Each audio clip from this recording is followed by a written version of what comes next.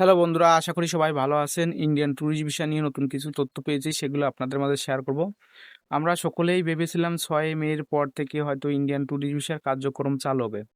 তো সেটি কিন্তু এখনো পর্যন্ত হয়নি। আজকে মে মাসের 13 তারিখ, এখনো পর্যন্ত ইন্ডিয়ান ট্যুরিস্ট ভিসার কার্যক্রম চালু হয়নি।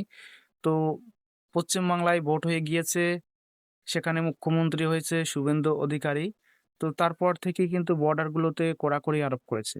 যে সকল বর্ডার আছে ভারত বাংলাদেশের মধ্যে, যেখানে তার কাটা নেই সেখানে কিন্তু তার কাটা দিচ্ছে। বিএসএফ এর জমি দেওয়ার নির্দেশ দিয়েছে। তো বর্ডার খুব কড়াকড়ি হচ্ছে। ইন্ডিয়ান ট্যুরিস্ট ভিসার উপর যে কতটা প্রভাব পড়বে সেটি কিন্তু এখনো জানা যাচ্ছে না। তো আমরা যারা ইন্ডিয়ান ট্যুরিস্ট ভিসার জন্য ওয়েট করে আছি, অনেকেই ভাবছি হয়তো ইন্ডিয়ান ট্যুরিস্ট ভিসা উপর প্রভাব পড়বে, ইন্ডিয়ান ট্যুরিস্ট ভিসা সহজে হয়তো খুলবে না। তো আমরা যারা ওয়েট করে আছি আর একটু ধৈর্য ধরে ওয়েট করি। হয়তো সামনে কোনো তথ্য আসবে নতুন, খুলবে কি খুলবে না, কবে থেকে খুলবে সেরকম কোনো তথ্য আসবে। আমরা আর একটু ওয়েট করলে জানতে পারবো। যারা ওয়েট করে আছেন অনেকেই ওয়েট করে আছে।